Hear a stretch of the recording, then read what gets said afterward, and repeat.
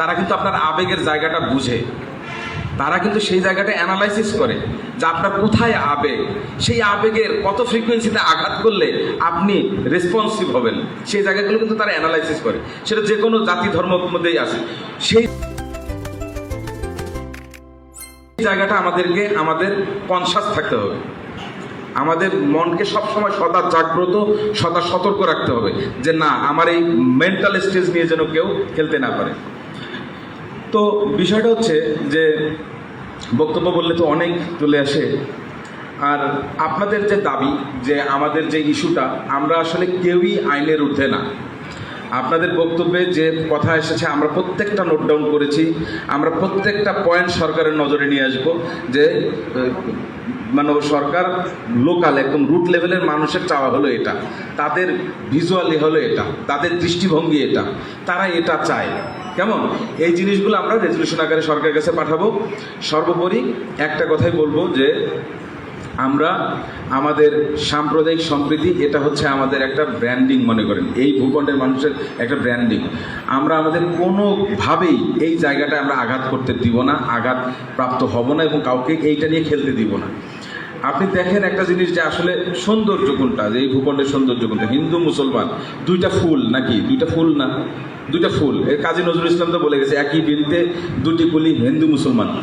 তো সেই জায়গা থেকে যে গাছটা আছে সেখানে দুষ্ট লোক যে কোনো কমিউনিটিতে থাকতে পারে, দুষ্টের তো কোনো দেশ জাতপাত নাই। কেমন এই গাছটা হচ্ছে মনে করেন রাষ্ট্র, এই রাষ্ট্র খোঁজ নেবেছে সে কোন ফুলে কে বসে। কেমন সেটার জন্য যথাযথ তদন্ত বলেন, আইনানুগ যে কোনো পদক্ষেপ বলেন, এগুলো আমরা যা দল মত নির্বিশেষে সরকারের পাশে থাকব, এই কামনায় ইনশাল্লাহ। আমি বিশ্বাস করি পলাশবাড়িতে মন্দির কেন্দ্রিক যে আরও তো অনেক মন্দির আছে, কোনো তো কথা নাই, তাই না? যে আপনাদের বক্তব্যই চলে আসছে যে ইস্যুটা চলে এসেছে, এটা আমরা সরকারের কাছে প্লেস করব। সরকার তার বিভিন্ন এজেন্সির মাধ্যমে এটা হয়তো তদন্ত করবে, খতিয়ে দেখবে।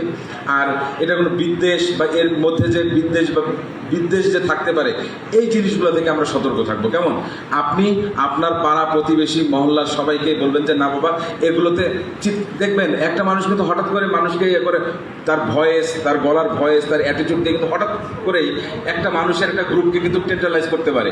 আপনারা প্রত্যেকটা এখানে প্রত্যেকটা যারা আছেন প্রত্যেকে প্রজ্ঞাবান, প্রত্যেকে কোনো না কোনো প্রতিষ্ঠানের সম্মানিত পরিচালক বা অধ্যক্ষ আছেন। তো সমাজে কিন্তু আপনাদের একটা ইনফ্লুয়েন্সিয়াল একটা প্রভাব আছে, আপনার প্রভাব তৈরি করতে পারেন, আপনার প্রভাবিত করতে পারেন। আপনাদের সেই প্রভাবিত করাটা যেন কোনোভাবেই নেগেটিভ সেন্সে না যায়, আর যারা অবুঝ তাদেরকে আপনারা বুঝাবেন। কেমন এই কামনাটা আমি করি।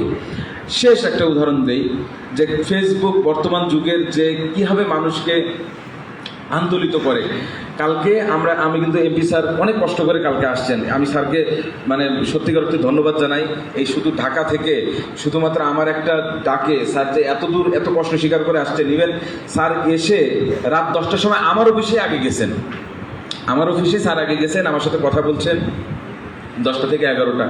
খুব আনুমানিক 11টা সাড়ে 11টার দিকে হঠাৎ আমার সিনিয়র স্যার একটা লিঙ্ক পাঠায় বলে দেখো তো বিষয়টা কি।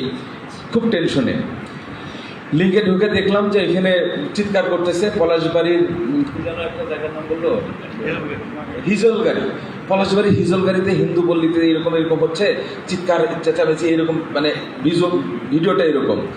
সাথে সাথে আমি স্যার তো ওখানে ছিলেন, আমাদের ওসি সাহেব ছিলেন, ওসি সাহেবকে জানালেন আপনি দ্রুত খোঁজ নেন তো হিজলগাড়িতে আমাদের যে সম্মানিত যে যারা ছিলেন এখানে হিজলগাড়ি সম্পর্কে আমাদের ইয়া সাহেবের বাসাও জিজ্ঞেস করলাম, ইউনিয়নের চেয়ারম্যান, ইউনিয়ন পরিষদ, ফায়ার সার্ভিস সকলকে জানালেন যে আপনি খোঁজ নেন তো। আমাদের ওই যে পূজা উদযাপন কমিটির দিলীপ বাবু, বললাম তো বাবু একটু খোঁজ নেন তো বিষয়টা কি, মানে হঠাৎ করে এরকম। উনি কিছুক্ষণ খোঁজ নেই বললো স্যারের বিষয়টা ভুয়া। কিন্তু যারা দেখতেছে মনে করেন হুট করে ওই ভিডিওটা যারা দেখতেছে হঠাৎ করে মনে করবে আল্লাহ কী যেন করতেছে হিন্দুদের উপরে, এটা অসৎ উদ্দেশ্যে।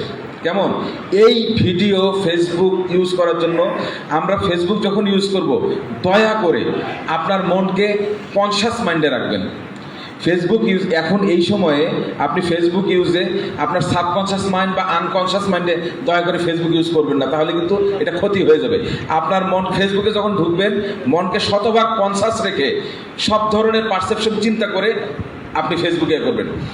আর একটা বিষয় হচ্ছে রিয়েল অনেক কিছুতে আছে। এখন হুট করে দেখে আমরা যদি নিজের আবেগকে দমন করতে না পারি, তাহলে হবে কি, আমাদের যে এতদিনের প্রতিষ্ঠিত যে একটা প্রাসাদ, একটা সমৃদ্ধির প্রাসাদ, এটা কিন্তু হঠাৎ করে একজন কুঠার মেরে দিয়ে চলে যাবে। কেমন, আমরা সে জায়গায় যাইতে দিব না। ঠিক আছে, এটা আমি আশা করি। আমি আজকের মিটিংয়ের পর থেকে আমি বিশ্বাস করি যে এলাকায় আপনাদের মতো স্বর্ণের মতো মানুষ, একটা ইয়ে ছিল না যে, একটা গানই তো ছিল মনে হয় যে, সোনা সোনা সোনা লোকে বলে সোনা সোনা নয় এত খাঁটি, বলো দেখি খাঁটি, তার চেয়েও খাঁটি বাংলাদেশের মাটি। আমি মনে করি পলাশবাড়ির মাটি এবং মানুষ দুইটাই স্বর্ণের থেকে খাঁটি।